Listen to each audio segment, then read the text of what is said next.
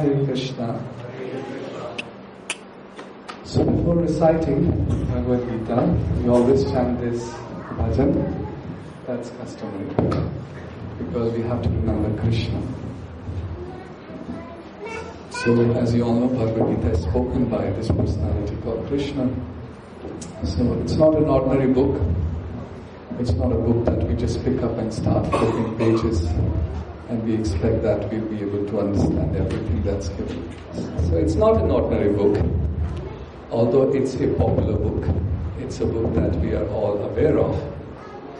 We've heard about it, but in order to understand this book requires some amount of preparation, requires some amount of meditation.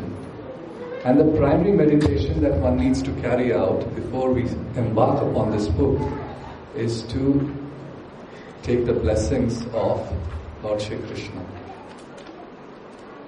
Only to the extent that we understand Krishna, who he is as a person, can we really understand the teachings of Bhagavad-gita, and vice versa.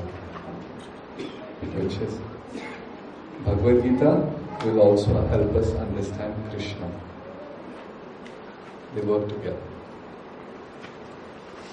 So, first thing we do is we chant this bhajan. It's called Jai Radha Madhava. Jai Radha Madhava Kunj Bihari Gopi Jana Vallabha Girivaradhari Yashoda Nandan Braja Jana Ranjan Yamuna Tira Vanachari. In a program yesterday I was mentioning, in this word, in these verses or this bhajan, Krishna's name does not appear directly. Every quartet or 1/8 part of this bhajan, Jai Radha Madhav, Kunj Bihari, Gopi Jana Vallabh, Girivardhari, Yashodanandan, Braja Jana Ranjan, Yamuna Tira Vanchari. Each one of them actually is referring to his pastime in Braj. So these are names where through the Leela you understand Krishna. So that's first step whenever we have a class. Second thing we do is we chant a mantra which is invoked in order to access anything which is Vedic. Anything. Okay? So that mantra also has 3 parts. 4 parts, let's say. The first part that is used for chanting any mantra that is Vedic, and that you all will be familiar with, which is Om.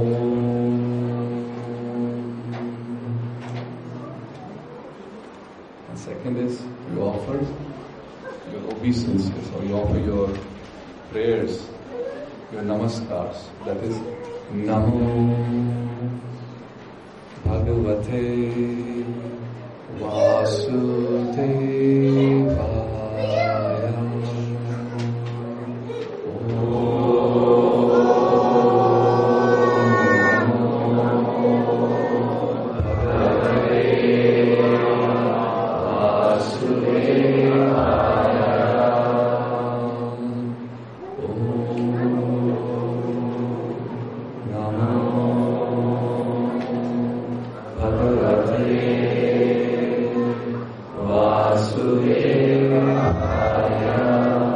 Your turn.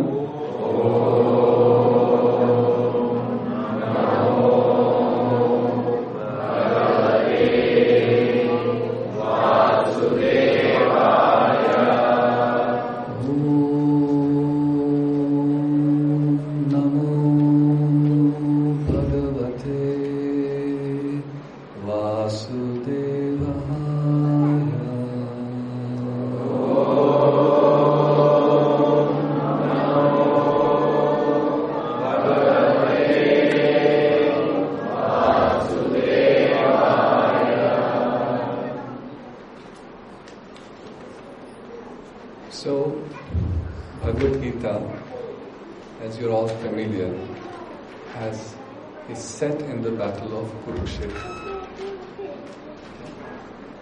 When I look around this hall, I see so many devotees, I see so many wonderful people, and coming from somebody as small as this in the lap to somebody who's grown up I also notice there are some members here who are very familiar with Bhagavad-gita. Others may not be as familiar. So, if I have to speak to an audience like this, it's a big challenge. And can you understand what my challenge is? My challenge is now, what do I speak about? Which everybody would be able to relate to, right? So, like yesterday, we took a whole chapter of Bhagavad-gita and we went through the whole chapter. Because now if I try to do that, it may be a little bit difficult. So, I'm going to only speak about something which we all can try and relate to. And for some of you who are practicing Bhagavad-gita, reading Bhagavad-gita, it may seem like preliminary knowledge. So please forgive me if it's very basic, preliminary for you.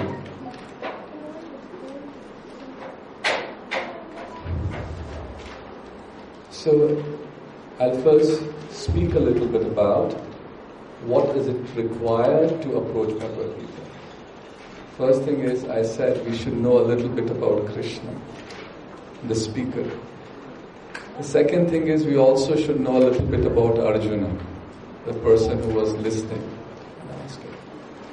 Then the other thing we need to know is, what should be our own mood? I often ask everyone that if you have come to hear Bhagavad-gita, what is the purpose? What are you seeking from Bhagavad-gita? It's like a treasure. It's a treasure filled with many, many jewels. And you need to know individually, what do you want? That is a decision you have to make. Right? Nobody else can make this decision for you. If I asked this question yesterday, all the ladies would have said gold, because this was Akshaya Tritiya, right? So even the men's decision would have been taken by ladies yesterday. Akshaya Tritiya, gold. But now today I am asking you that you need to determine, what do you really want from this book of Bhagavad-gita. It's not a decision anybody else can take for you. You have to make that determination. So does each one of you want to write down in your mind, or write down in your notebook, or write down in your mobile phone, what is it that you really want? Because you can only find something that you think, okay, I want this, then you go in that path to find it. Otherwise it will just become like a reading. So, can somebody share with me, what is your expectation when you come to a program like this? Or when you approach Bhagavad-gita, is there something really that you want? You have money, you have a house, you have a good life. So what is it that you're really looking for? I'm going to ask the elder ones, because the children will have their own answers on what they... Yes? So when you say... Person behind Ramanurti. Yes. I want to know why Bhagavad-gita. Why Bhagavad-gita? Can you elaborate, add some more words to this question, because otherwise I'll get confused. So actually, everybody tells that read Bhagavad-gita, a lot of sayings from the God from there. Is that, why should we, basically I understand that it says, lead a good life, be good to people. That's what is there in that, I think. So why we should read Bhagavad-gita to know that, what we already know. That's right. Okay, so why should we read Bhagavad-gita? Actually, that was the question I posed. Now that's not fair. I asked you the question, why are you here to hear about Bhagavad-gita or read Bhagavad-gita? So before I answer your question, you have to answer my question because I asked first. So that's a fair question. I know what you're talking about. So one question that is raised is that if Bhagavad-gita is just about lead a good life, help others, those two things, which we already know, then why do we need to read Bhagavad-gita? So there are 700 verses in Bhagavad-gita, and this topic about lead a good life, help others. First of all, there is no description where it is said you lead a good life. That's the first surprise for you. Nowhere in Bhagavad-gita does it specifically say lead a good life.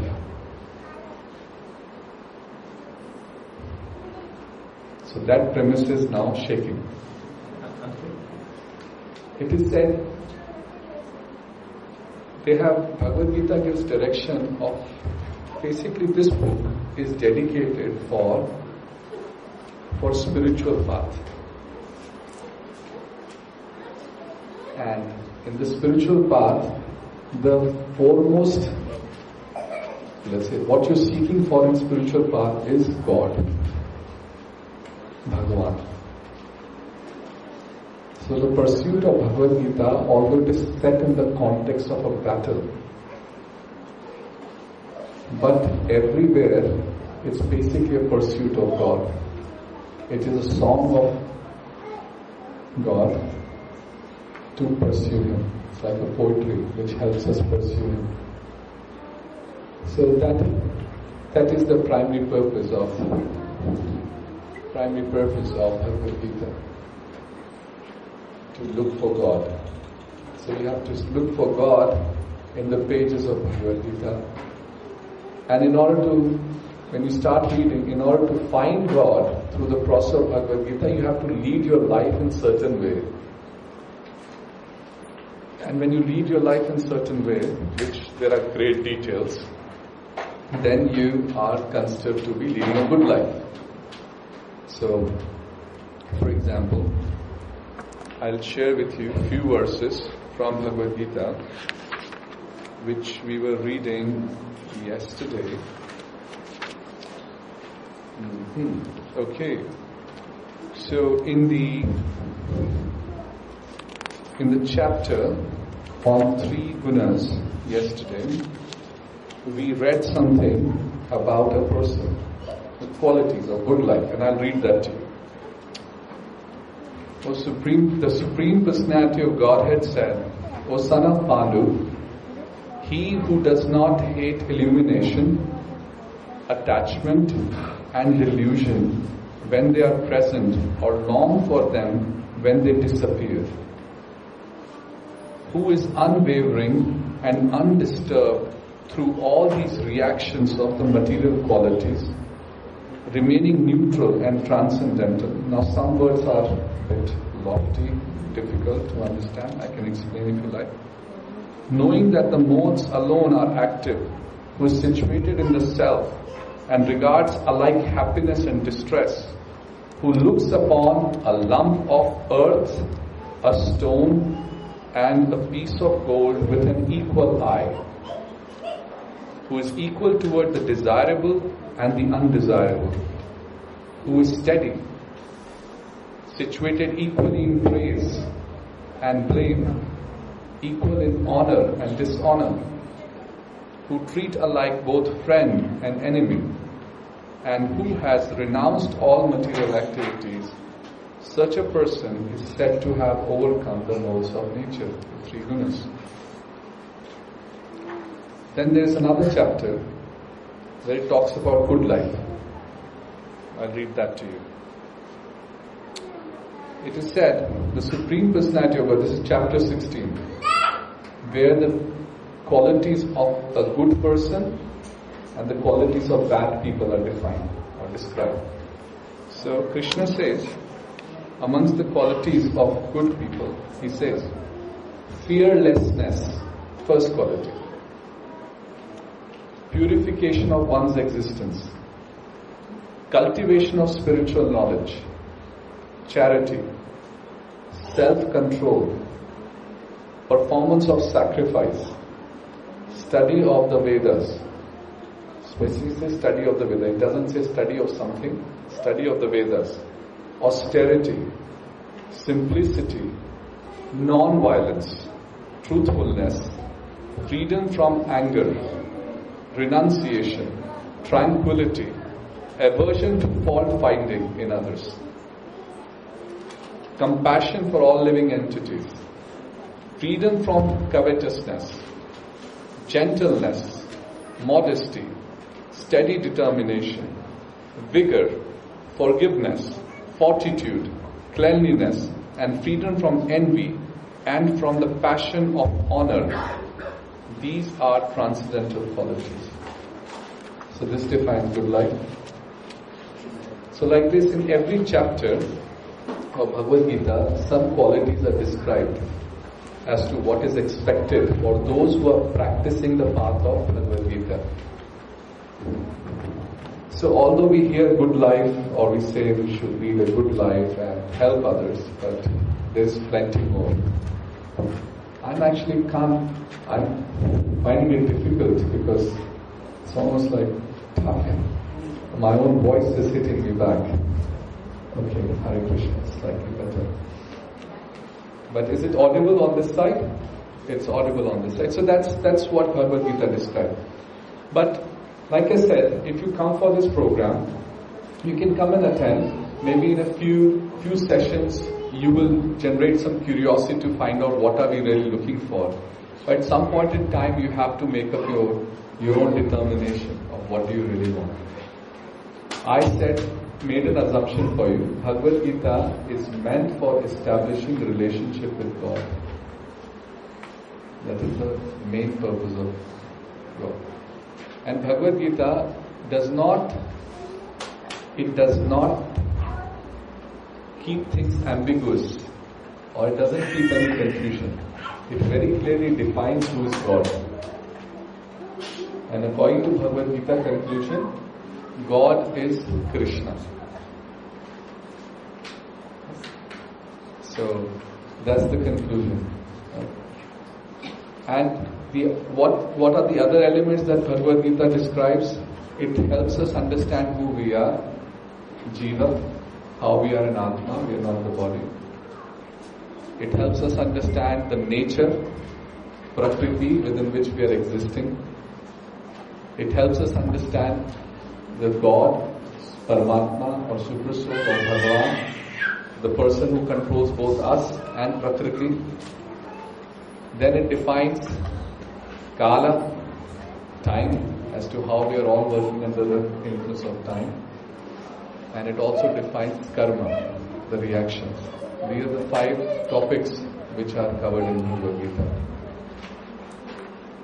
So, where does it start? It starts with this interesting situation where Arjuna and the Pandavas and the Kauravas, as you know, are going to have a battle. They have tried everything. Even Krishna tried to have some peace, but they refused. So they decided to have a battle. It was decided to do it in a place called Kurukshetra. And Krishna is, in this case, the charioteer of Arjuna, Partha Sarthi. They take the Ratha to the battlefield, and then Arjuna tells Krishna that I want to see who is on the other side. I want to go and see who are the others who have come to fight with me. So Krishna says, Arjuna tells him, please take the chariot in the middle of the battle, middle of both the armies. This is before the battle even begins. So Krishna takes the chariot right in front of 2 personalities, and that is Dronacharya and Bhishma Pitamaha.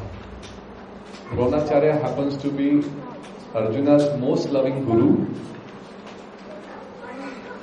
and Bhishma Pitamaha happens to be the person he used to love so much. So Krishna takes the chariot in front of these 2 personalities. Arjuna, before he was completely prepared, yes, I'm going to fight. Then he looks at his great-grandfather and he looks at his guru, and behind them he sees all his cousins, uncles, and everybody else. And then he thinks, why am I fighting? I don't want to fight.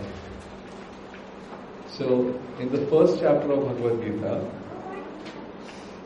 Krishna creates this situation. Arjuna becomes extremely disheartened, bewildered, confused, sad. He says, I don't want to fight. That's where the first chapter ends. First chapter ends where Arjuna says, he has almost tears in his eyes, his hand is shaking, and he puts the Gandiva down. It has never happened before. He's a warrior. And Arjuna, he always carries his Gandiva. But in this instance, he puts the Gandiva down and he says, I will not fight. And the rest of the 17 chapters of Bhagavad-gita, Krishna is convincing Arjuna to fight. But actually that's not what he's really doing. What he's really doing is helping Arjuna understand who he is, which is who Krishna is, who Arjuna is, what is the relationship. And one by one in this dialogue, Arjuna asks many questions to Krishna. Continuously asks questions. It's a dialogue. Arjuna is asking questions, Krishna is responding. So then comes the second chapter. In the second chapter then, Krishna gives in summary complete Sankhya Yoga. He describes everything to Arjuna. How Arjuna, you're a Jiva, you're an Atma, you're not this body. And he gives many arguments as to why you should fight. So Arjuna, at the end of that chapter, in the second chapter, Krishna describes about Karma Yoga and Jnana Yoga. And having heard both Karma Yoga, which means you do some endeavor, some activity, and also hearing Jnana Yoga, that you should do something from your mind and intelligence and buddhi and not really be active, Arjuna becomes confused. He asks Krishna, what do you want me to do? So Krishna says, okay, now I have to explain to him what is Karma Yoga. So then Krishna starts explaining Karma Yoga in third chapter. Then in fourth chapter he explains Jnana Yoga. Then Arjuna is further confused. Because he's understanding, but at the same time he's not able to determine what I need to do. What should I do in this stage of my life? And he's always thinking how to escape from this situation because he doesn't want to fight. So once again he asks the question that Krishna, can you now finally just tell me what is the right thing for me to do? Should I fight or do my karma, or should I just go to the forest? And in order to explain once again, then the fifth chapter begins. In the fifth chapter, yoga is further described. Also a hint is given about Dhyana Yoga, etc. And then in the sixth chapter, Krishna brings to a conclusion the various parts of yoga. So he describes karma, jnana, ashtanga, and then he comes to the end. And at the end of the sixth chapter, he makes one statement. Krishna says that of all the yogis, all that he has described so far, he says of all the yogis, the person who's always thinking about me is most dear to me. Now, it opens up another question. So, he described all the yogas, and then in the end he said something which creates another question. Okay, now, who is this person? How can I be, you say the person who's most dear to me, the person who's always thinking about me is dear to me. So in this answer, it's not about karma, it's not about jnana, it's not about ashtanga. Right? So Arjuna says, now, most dear to you, so who are you? Kind of a question arises. So that's when Krishna then starts describing about who he really is. So the 7th chapter, the 8th chapter are dedicated to describing his opulences. Right? We all like to know about life, we all like to know about world, we all like to know about God. This book, Bhagavad-gita, will give you everything. As I said, it will help us understand who we really are. It will give us some idea of this world.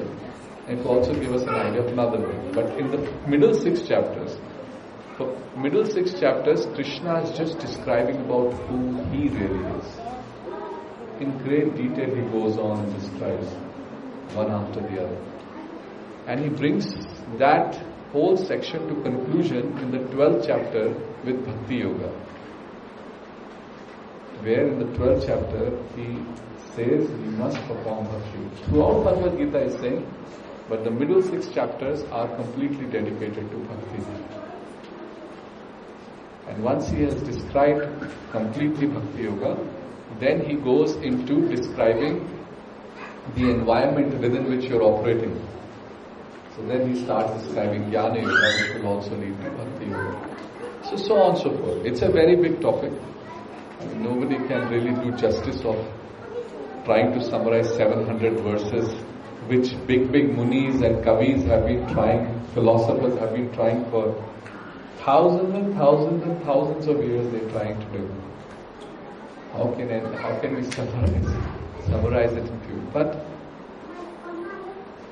it helps us find answers of life. If we approach the book, then it will give us answers to life. Especially if you approach it with somebody who has some experience in reading this book. So, it's a very intense study, Bhagavad Gita. It's a joyful study. You will not find, except for the scene of the battle, there is no other katha in it per se. It's just 700 verses of philosophy. Right? So one typically has to be philosophically inclined. And you really have to wrestle your mind a lot to understand this topic. In other books, let's say Srimad Bhagavatam, in the Puranas, in Ramayana, in Mahabharata, there are pastimes of the Lord. There are some katha happening. So it's a little bit lighter on the top floor. It's a little bit light. But this one gets intense. So, why don't we do one thing? What we'll do is, for a few minutes, I will just take questions. Because some of you are coming for the first time, and just like Sam asked a question about, okay, what it's about, so why do I read it? You can try and see for yourself that there's so much information in this which you will ordinarily not find. Yesterday we had a discussion about the 3 gunas. Rajogun, Sattvagun, Rajogun and Tamagun. So goodness, passion and ignorance. And described in such a great detail as to how does the Atma come into this world, how does it get tied up in these gunas. When you tied up in these gunas, how to identify which guna are you in, what are the symptoms, and then if you live your life or you die in that guna, what happens to your Atma after this. In just one chapter, all of this is defined. And the next chapter after that, there's even more beautiful. So, like this, see, unless you pick up the book and you start going through it, you will not be able to really experience the wealth that is available. So why don't we take a few questions? Any questions that you may have? Yes, please. Hare Krishna. Each time when I start reading the Bhagavad-gita, each time I am getting different knowledge. First time, one type of knowledge, and second time, if I finish one time, another time again, another person, I start. It's coming the different type of knowledge in life. This is how I can take. Yes. I'm very low to come to higher. I'm not taking proper reading of Bhagavad-gita. That's right. Beta, bad job. Sit down. Right. So, you see, there is one symptom given of something spiritual. And the symptom that is given of something spiritual goes as follows. That each time when you come across something which is spiritual, if you do it again, it will give you a different experience. It is called Nava Yauvana. always refreshing and new, like youthful, completely new. So similarly, the spiritual knowledge of Bhagavad-gita will give you different experiences. Why it happens is because when you understand from Bhagavad-gita, we are all influenced due to different circumstances and different gunas. And gradually, Bhagavad-gita, when you start reading it, it starts to unravel. And you can read it even, I know of one person who has read it 142 times. 142 times. And he still likes to read it again and again. So that's the nature. And it's a good sign. It never becomes boring. It gives us more insight into our life, into the life of others. So please continue to read. Any other questions? Yes. I think we need to read. See, I am reading first time. I have read up to 14-15 chapters. Then I think about second chapter. I think, oh, I am forgetting. So I again go to that. So again I read. Then I come to 13-14. Then 5-10 times. So I think we need to read 5-10 and more times to understand. One time is not enough. That's true. You have to actually, if you think you've read, there's saying,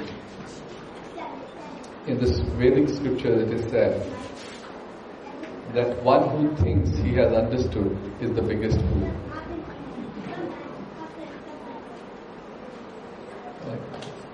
So if you're thinking that adhyatmic jnana or spiritual knowledge, yes, like a drink, I will swallow it. I never will happen. It's very different. It is very different because it is supposed to give you liberation. And it's supposed to give you liberation from this very mind and intelligence within which you're trying to capture it. So it will not happen. Often we can't even remember what we read, what to say of understanding. It's similar to the question that was asked here. It's always refreshing. You will keep finding more and more depth. And most wise people in the world have read Bhagavad-gita many, many times. They continue to take guidance from Bhagavad-gita and other similar books. So yes, 5 times, 10 times. I know of a person who's read it 142 times. So keep reading it. And once you develop taste, you see, nobody can force anybody to read. You have to find whether I'm finding it useful or not. Only then you will read it again. But in order to find it useful, certain criteria are important. Krishna has said that if you want to understand this knowledge, then you have to be non-envious. Non-envious means you have to be friendly to Krishna. Not that you are enemy of Krishna and you say, who is this Krishna? I don't believe his words. And then you try to read his own book. It's a very strange phenomenon. Some people try to do that. He is the author of the book and they say we don't believe the author. Then there is no point. You will not be able to make any head or tail. Then you'll come up with all kinds of concocted ideas. Krishna was some historical personality. He was a good person. He was a nice person. He was a powerful person. All kinds of bogus things that are coming up. But you cannot access this spiritual knowledge. Besides this, in order to access this spiritual knowledge also means that you have to change your life. So, life will also have to be changed. You have to perform sadhana. Like I'm saying, it's not an ordinary thing. Just pick it up and understand. You have to perform sadhana. And all these gunas that I explained about, unless they manifest in your heart, you cannot even touch Bhagavad-gita. As in, I'm saying, not saying literally, you can touch, you can read, but the depth of Bhagavad-gita, what Bhagavad-gita really wants to, for example, the true test is, if you're reading Bhagavad-gita, you should be able to see the universal form. Virata Rupa. You should be able to see Paramatma in your heart. You should be able to see Bhagwan Sakshat. Then you can say, yes, now I have seen, read. So it's a very high bar. And Bhagavad-gita is considered to be the summary study. There are many, many glories of Bhagavad-gita. Many, many glories. Okay, a few more questions.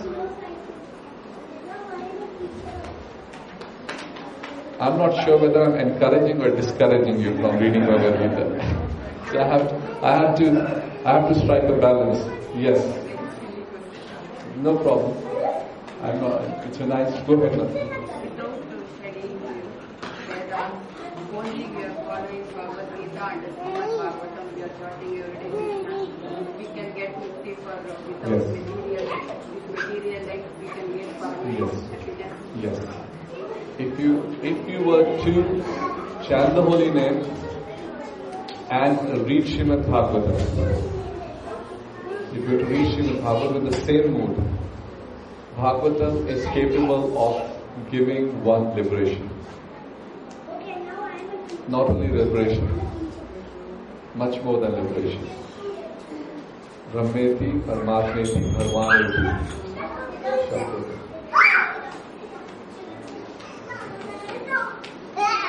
All tattvas can be revealed.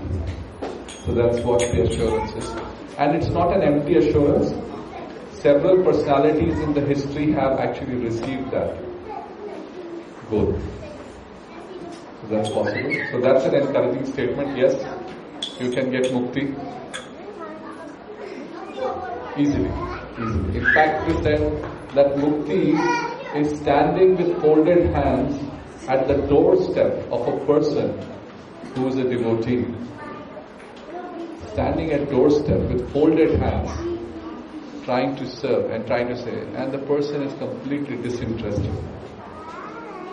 If I can somehow or the other have my relationship with Bhagwan, why do I need mukti? I don't want mukti. All muktis are rejected by the devotees who have a relationship with Bhagwan. Okay, what else? Any other questions on Bhagavad-gita? Yes, Prabhu. Maleshwara. Hindi में बात। हाँ बोलिए, हिंदी में बोलिए। अर्जुन भगवद-गीता सुना। हाँ जी। उसको अहिंसा करने के लिए प्रेरणा होती है, फाइट करने के लिए। गांधी जी भगवद-गीता पढ़ा, वो हिंसा करने के लिए अर्जुन प्रेरणा हो गया। गांधी जी पढ़ा, अहिंसा करने के लिए प्रेरणा। What is the difference? उसको क्या? कहाँ क्या गड़बड़ है? एक तरफ कोई हिंसा कर रहे थे और दूसरी तरफ अहिंसा कर रहे थे। भगवद-गीता दोनों सुना ना। गांधी जी भी पढ़ता अपने भगवद-गीता पढ़ के। तो कौन सा सही है? हाँ? दोनों में इसने ऐसा। अब मैं कुछ यहाँ बोलूंगा तो परेशानी हो जाएगी, पर मैं बोल देता हूँ। देखिए, अर्जुन जी ने तो भगवद-गीता डायरेक्टली भगवान कृष्ण से सुनी थी ना, उसमें कोई इंटरप्रिटेशन तो नहीं था।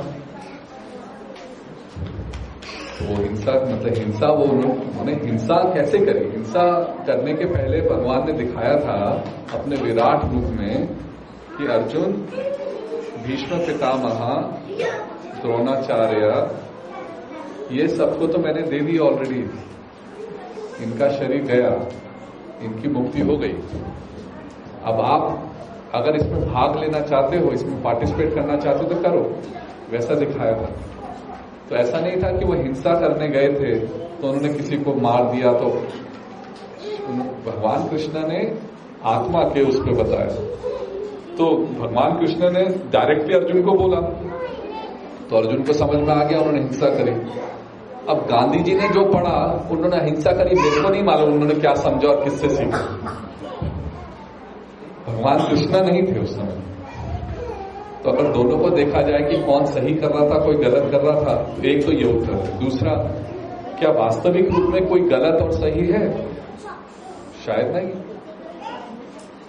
ये भगवद गीता आपको कुछ अलग इंस्पिरेशन दे सकती है और मेरे को कुछ और इंस्पिरेशन दे सकती है, according to time, place, circumstance, स्थिति के अनुसार।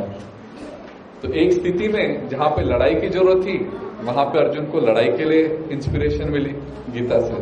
दूसरी जगह पे शायद जहां पे शायद लड़ाई की जरूरत नहीं थी, तो वहां पे उनको लगा कि अहिंसा करनी चाहिए। तो भगवान का खेल है, कैसे किसी को कैसे एनकरेज मिलता है, एनकरेजमेंट या प्रोत्साहन मिलता है। ठीक है प्रभु जी, और कोई क्वेश्चन? हो सकता है कि आप भगवत गीता पढ़ेंगे तो हो सकता है आपका भी मन करेगा कि मैं चलता हूं लड़ाई करने के लिए अभी, क्या पता। मतलब हर एक को अलग अलग हो सकता है ना, हमें भी हो सकता है। तो पर ऐसा भी हो सकता है कि जैसे आप भगवत गीता इतने सालों से पढ़ रहे हैं, अब आपका मन तो हो गया भगवान की भक्ति में, आप तो भक्त बन गए ना भगवान के, मैं तो देख रहा हूं भक्त बन गए। तो इसका मतलब आप जो कर रहे हैं वो सबसे सही निकला, ना लड़ाई ना अहिंसा, पर भक्ति जिसमें आप जुड़ गए। और यही था पर्पस भगवत गीता की, भक्ति में जुड़ना भगवान। हरे कृष्ण। और any other question? Yes. There's a popular notion that Bhagavad Gita is only applicable for the elderly. Applicable for elderly, okay. So we have a lot of children who are here, and we have aspiring devotees or devotees, budding devotees, if I can put it. So what message you have for these children, for them to read and apply Bhagavad Gita in their own lives? Read and apply Bhagavad Gita in their lives. So, they're very small. They're very small. So, in order to really, they can appreciate some aspects of the philosophy at this stage, but there may be other aspects of philosophy that at this stage in their life they will not be able to appreciate, like hatred. Children have not seen hatred. I hope not. So, there are certain aspects that they cannot appreciate from Bhagavad Gita. But, on the other hand, if they were to hear Bhagavatam, there are many things that they'll be able to relate to. They'll be able to relate to Prahlad Maharaj. They'll be able to relate to Dhruva. And so many other beautiful pastimes. The whole 10th canto of Bhagavatam is dedicated to Krishna, who, like them, was born as a small boy, and then after that he was growing up, he was performing all these wonderful activities. So those the children can relate to, because they can see Krishna as playing that small boy. So my message would be that introduce them to the philosophy of Bhagavad Gita, but the intense study of Bhagavad Gita, you have to give them a little bit of time to grow up. And maybe they should be at least 6-7 years old, where they can understand philosophy a little bit. But the same messages can be given from Bhagavatam, from Krishna book as well.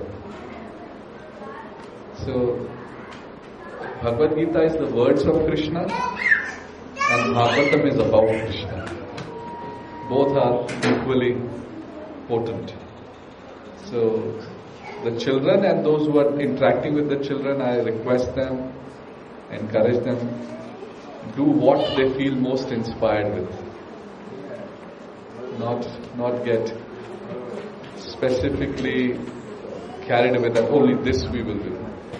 Improvise based upon the mood. Like you were sharing with me, there are some students in the class who are voracious readers. They like to read. They may be able to absorb. Others may not be able to absorb. Somehow or the other, we have to bring Krishna in their life. That's the whole purpose of philosophy. At the end, the philosophy is to bring Krishna in somebody's life and help establish that relationship with Krishna. So some of them are born in very good families, they're children of devotees, born as devotees. For all you know, they already are very elevated souls. So just bring Krishna in their life. But after they're 6-7 years old, when they can start reading, my message is, leave all other books and read Bhagavad-gita. If your parents tell you, go to school, you go to school because it's fun to meet friends. After that they come back home, you come back home and they say you read this and that, tell them no, I'm going to read Bhagavad-gita. And if your parents complain, then you tell Nitya-dāsa Prabhu or those other devotees. You will not be at a loss if you read Bhagavad-gita, kids. I have 2 daughters, some of you know them. One of them read Bhagavad-gita after much persuasion at the age of 8 years. So she read complete Bhagavad-gita back to back. This not abridged version with only English. She read this. Starting from the first page till the last page with all the commentaries. At the age of 8. So children are quite capable if you encourage them. But at the right time. Until the age of 8, for 1 year I was telling her, you read, and she used to refuse. I don't want to read. What is this? I'm not going to read. But I never forced her. But at the age of 8, she read. Environment also has to be given for children. You have to give the environment. Anything else? Okay. Any other? Yes, question? Come across many books in literature, like to read few Bhagavad-gita or Srimad Bhagavatam, Brahma-samhita or Yoga. What would be a gradual progression to Bhagavad-gita or See, nectar is nectar. Wherever you taste it, it will be nectar. So, it also depends upon availability in your house.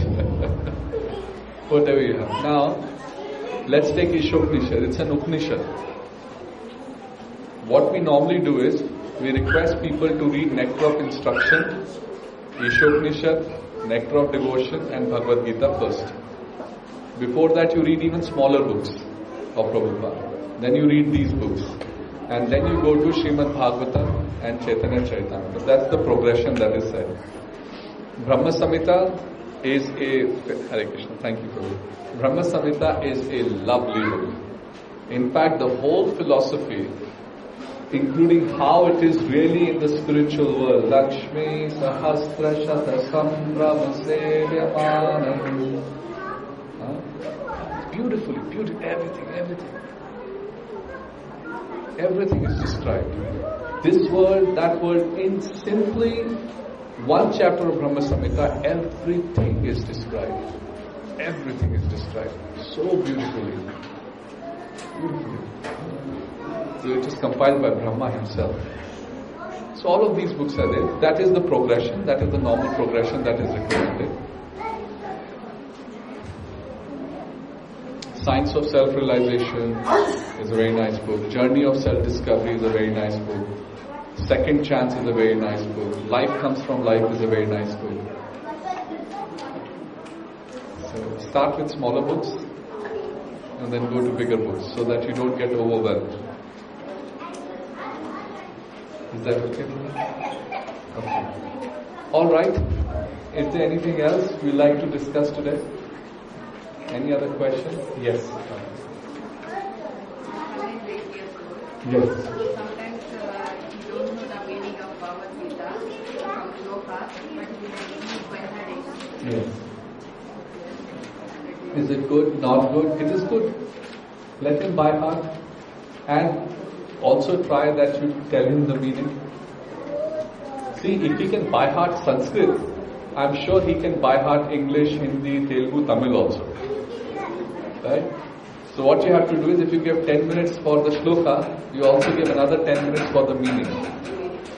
So it's the meaning that will help. Meaning really helps. Meaning really helps.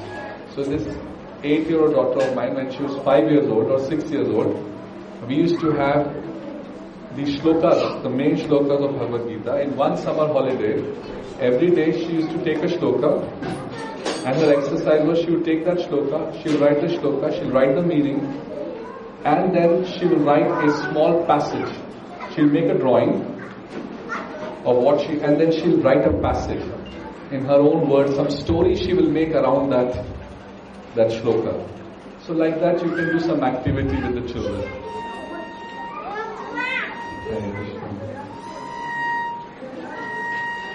Okay, yes.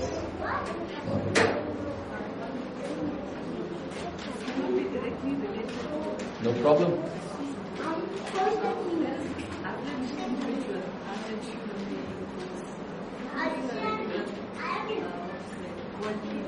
Yes.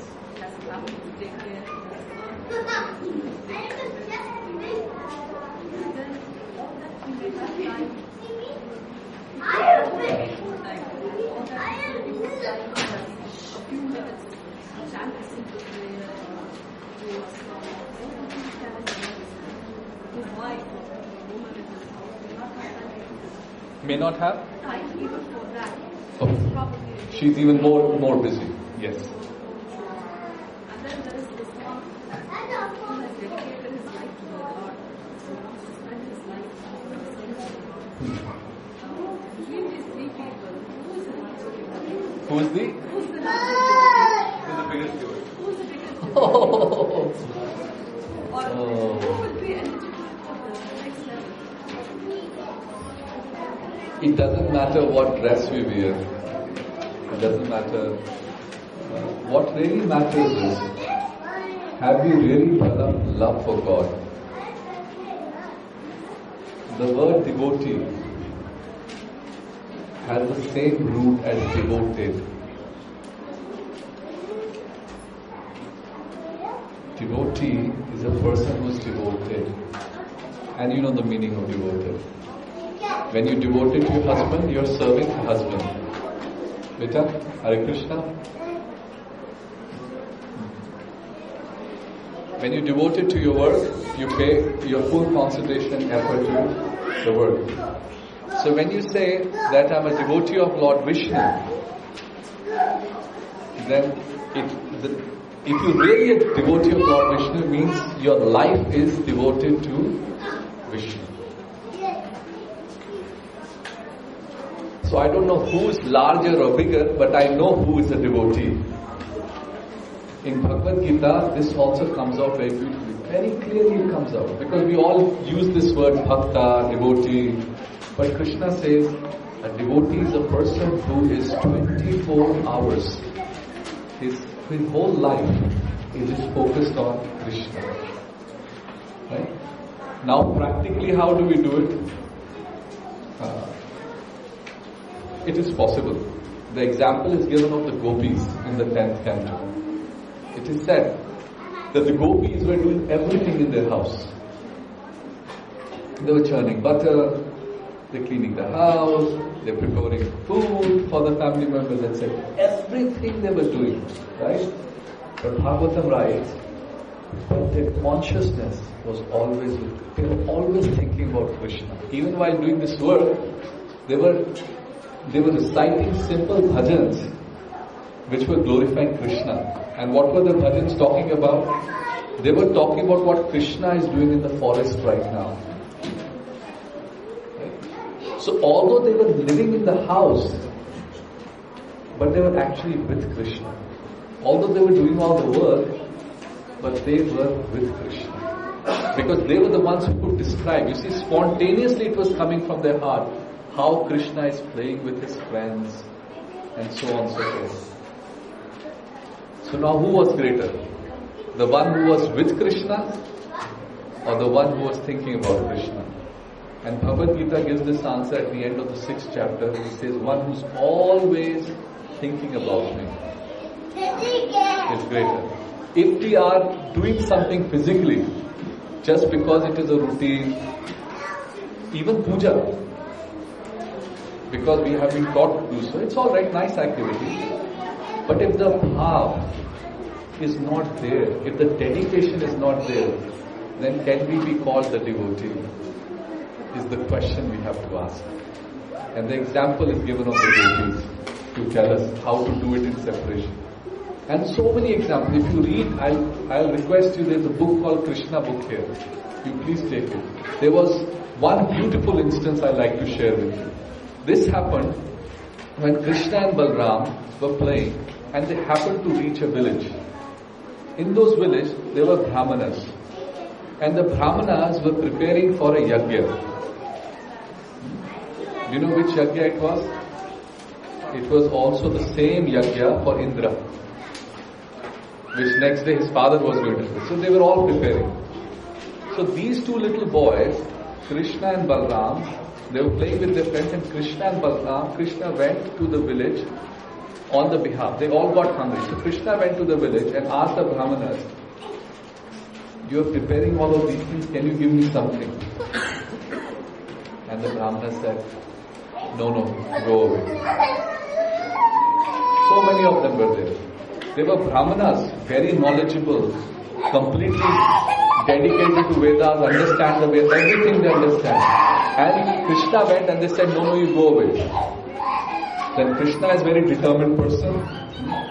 So he went around to the backside where the ladies were there.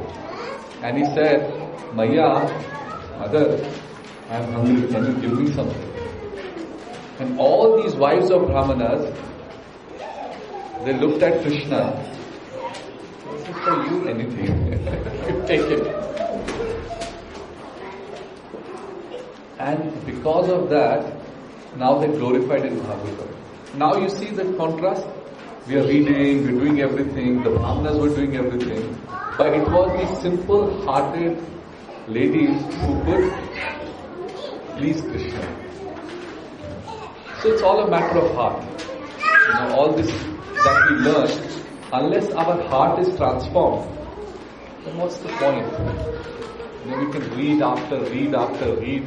And that's what really happens. You see, in common life, we read these books, but we get bored.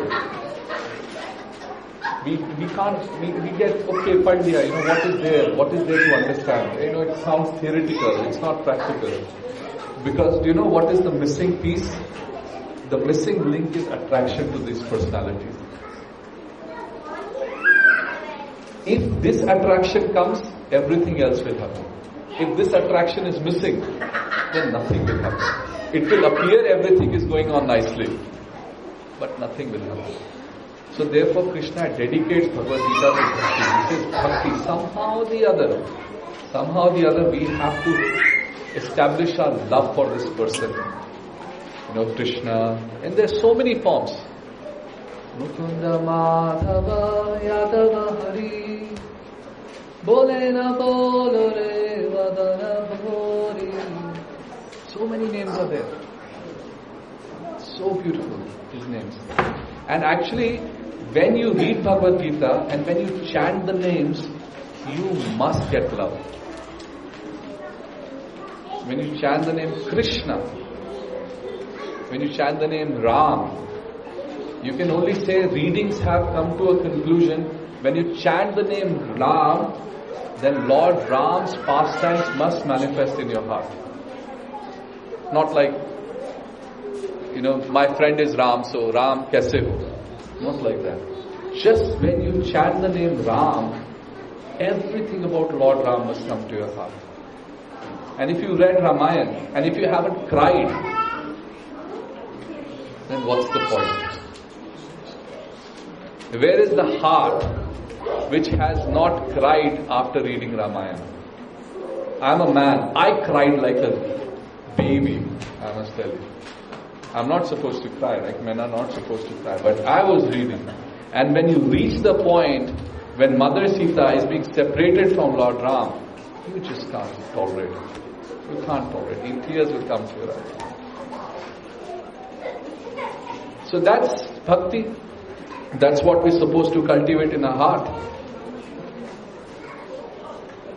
So please read Ramayana, read Bhagavatam. So beautiful. Any pastime of Bhagavatam you can take from anywhere. Anywhere you take.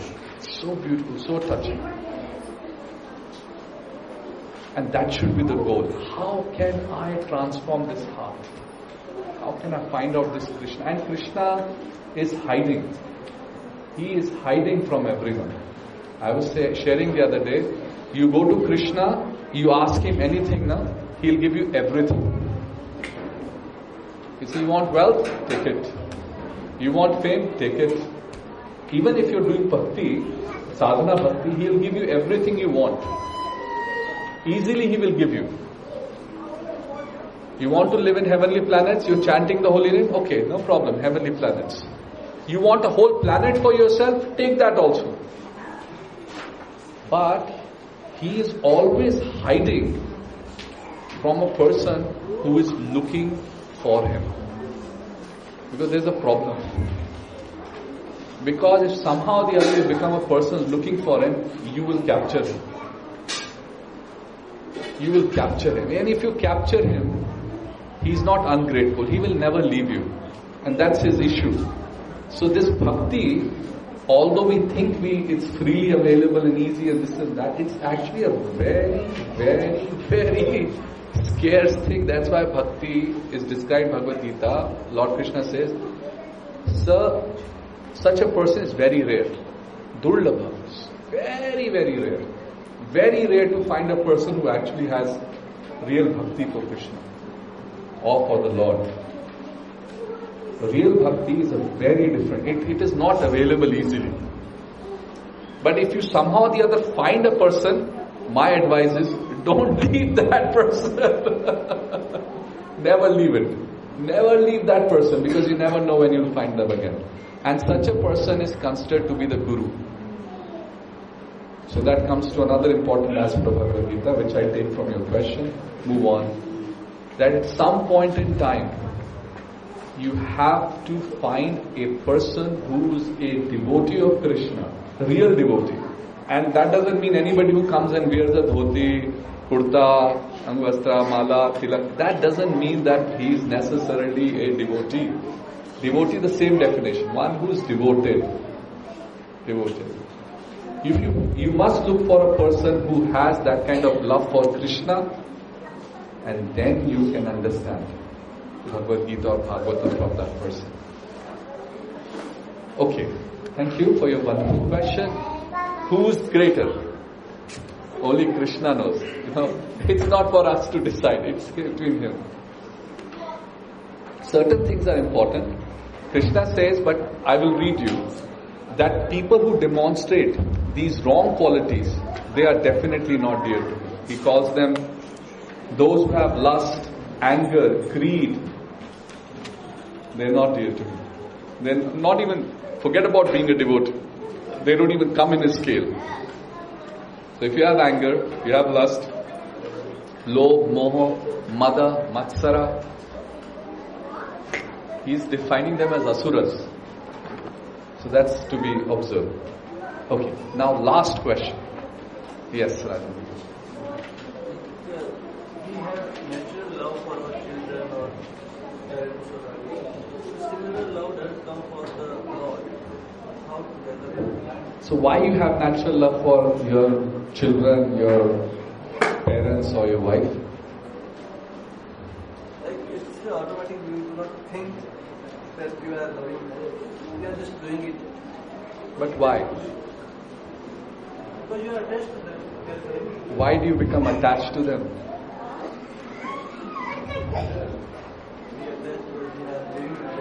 Because they have served you and you serve them, right? Because they have served you, typically currently in this material conditioned body, anybody who serves us, we become loving to them. Mother, father took care of us, fed us, so become loving to them. That's why, correct? Isn't that the reason? We have to go to the reason. If somebody was slapping you every day, will you have love for them? No, right? Something they should have done for you to have love. That's our material calculation. Okay? Now Bhagavad-gita describes that everything that we thought comes from our mother, everything that I thought comes from our father, everything that I thought comes from my children, the children including themselves, actually come from Bhagwan.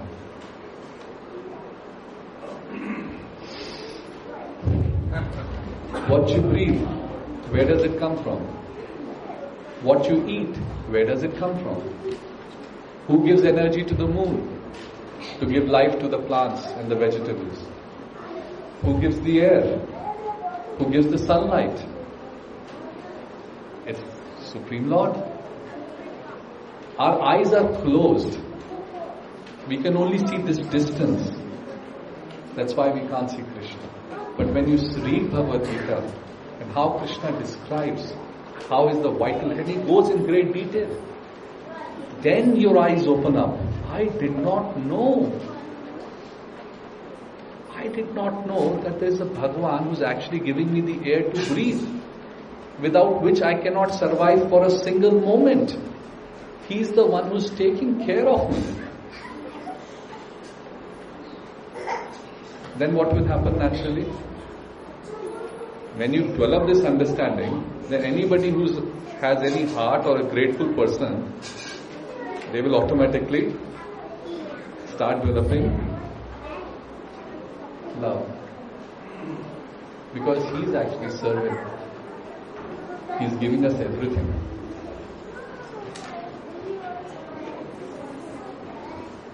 But the eyes have to open up, no? Food doesn't come from supermarket. It comes from Krishna. I mean, if you go back into the food chain, it comes from Krishna. But the Supreme Lord, Bhagwan, is arranging everything. Okay, any other question? Yes. This is a paradox. No problem. I like paradox. My whole life is a paradox. Go ahead. When we read about the evolution and how the universe formed and how the earth formed, how oxygen and all that whatever we inhale came, that is, they say it's billions of years. And I also read that Bhagavad-gita is for about 5,000 years back. So only 5,000 years back Bhagwan came into being. No. In Bhagavad-gita, in the 4th chapter, in the beginning of that, Bhagwan says, I gave the same knowledge to Sun God, Vivaswan, millions of years back. And now I'm repeating this knowledge to you. If you look at the Puranas, he has appeared in various forms in various yugas. So he has appeared many times here. But at the same time, he is always present. He also describes that in Bhagavad-gita. He is always present with us. One of his expansions is called Paramatma. And that Paramatma resides in everybody's heart with our Jivatma. I am Jeev, Atma, and the second person residing in this body is called Paramatma. Different. He is always present. Does that resolve the paradox? Unable to understand that science says billions of years took for us to evolve. Yes. So some words, some language should be there for someone to tell something, right? So as we know, languages came, let's say, 2,000 years back. Okay, please go on with your... See, so here you are reading a specific theory, right? Even on the origin of languages, there are many theories. Even on evolution, there are many theories. What happens in CBSE curriculum, they are very lazy people. Even today. They have one curriculum which they refuse to change, even though those theories have become outdated. And all Indians think that that is the only way life is going on.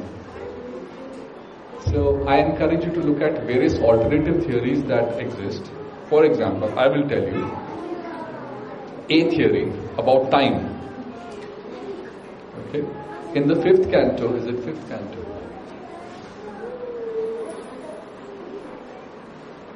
It's 3rd canto.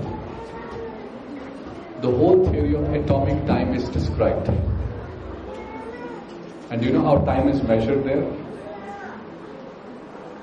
There is a unified theory of time and space described in the 3rd canto of Bhagavatam. And the way it is done is, there is space, which is called Paramanu. The size of a Paramanu is defined there. It said, the amount of time that the sun rays take to travel the distance of Paramanu is atomic time. That's a unit of time. And then they build not second, minute and hour. They have at least 16 different units of time, which start from atomic time all the way to universal time. Do you see the unifying factor of how time and space are unified in that theory? The time that the sun's rays take to travel an atom. And this is present in Srimad Bhagavatam. So our limitation now, science is seconds, minutes, hours, then they came with milliseconds, nanoseconds. Right? I encourage you to read that theory, which gives at least 16 units, including one which is called Danda. So currently we feel that what we have heard is the only notion of how this world exists. The Puranas offer you a completely different notion, which is equally scientific. And I also happen to have some background in science. I went to IIT Delhi, studied science. I was an atheist. I didn't believe in God. So I have some understanding. I didn't stay in touch with science, modern science, but I have some understanding. So there are several theories which explain this, and very beautifully they explain. They explain exactly how the universe is created, and it's not just God wish and finished. There's a detailed theory describing it, and it makes sense. Is that okay? Yes. 2 more questions. Yes, sir. We have an understanding of, as you said, that God is there and He is the one who created the entire universe. But then, how to feel the powerful presence? How to feel the power? I mean, God, you think of somebody formless, shameless, whatever, thou art in heaven, somewhere up there. But how do you get your mind and your heart to feel somebody like you said, standing right next to you, standing right next to you? How to get that mental connection? How do you do that? For that, you have to get the knowledge of how is He present. I give an example, and that is a very simple example or very broad example, right? Now when you start reading, you start understanding how He is present in different forms also. And they are actually forms. When you worship a vigraha, some people say it's made of stone, it's made of metal. It's not the metal or the stone that makes it God.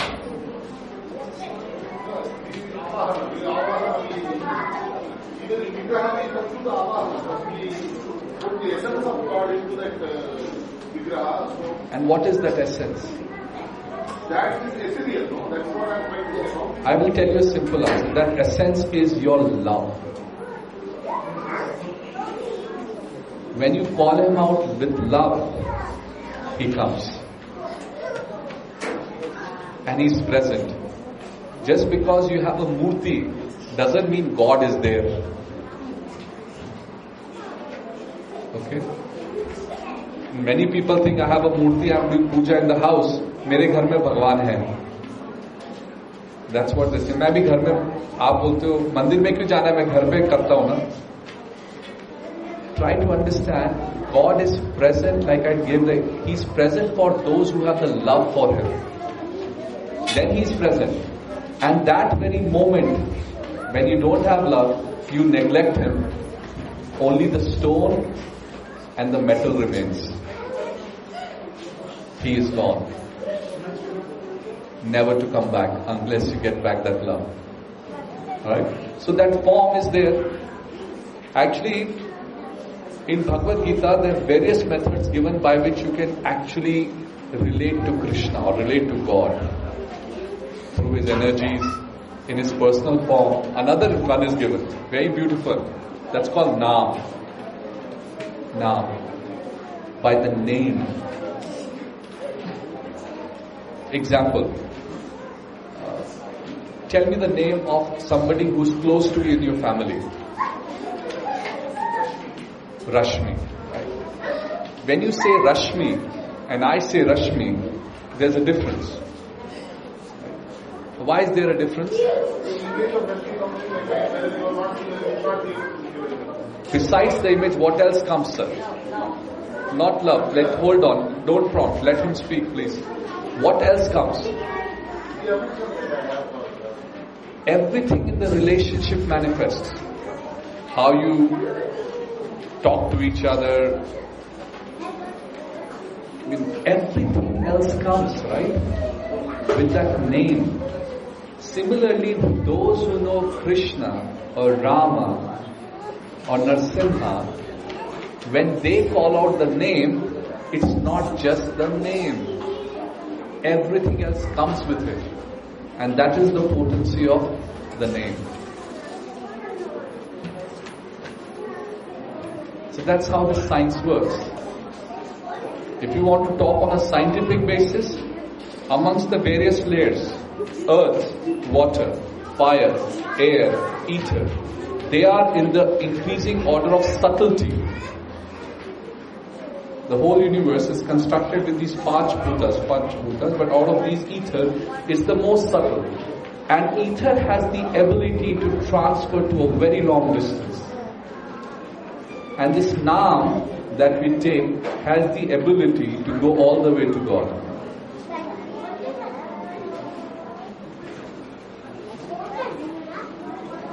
So that's another method given to us. By chanting the name, everything manifests. Is that okay, sir?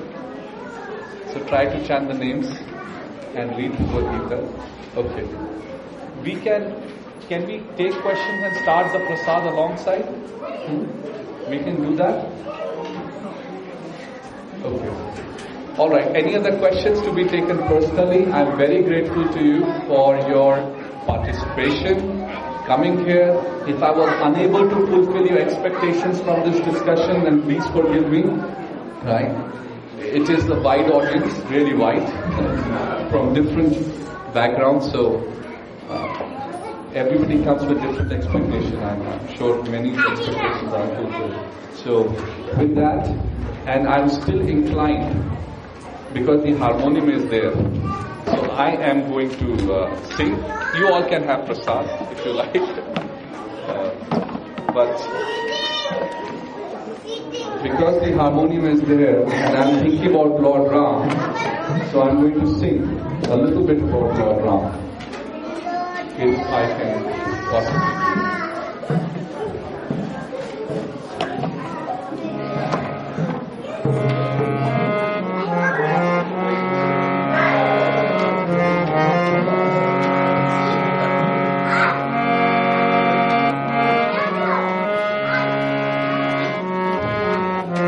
Very simple bhajan, you can sing.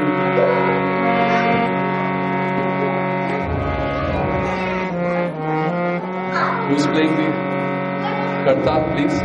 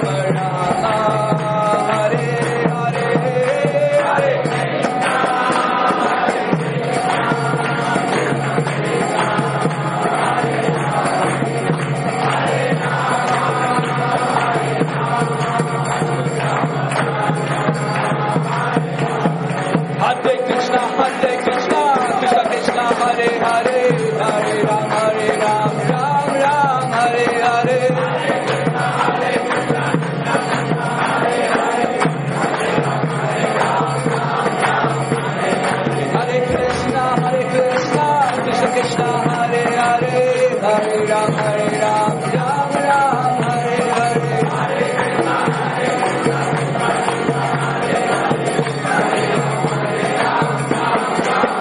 Jaya Radha Madhava, Radha Madhava Radhe.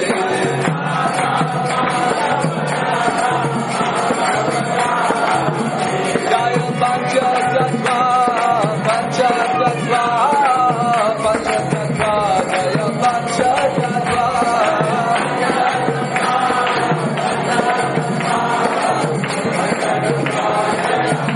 Jaya Gauranitai, Gauranitai, Gauranitai, Jaya Gauranitai.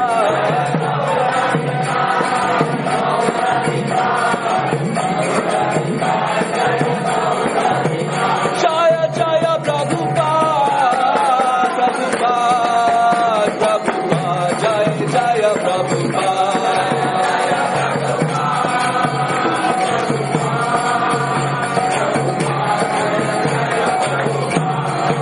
Gaur Premanande.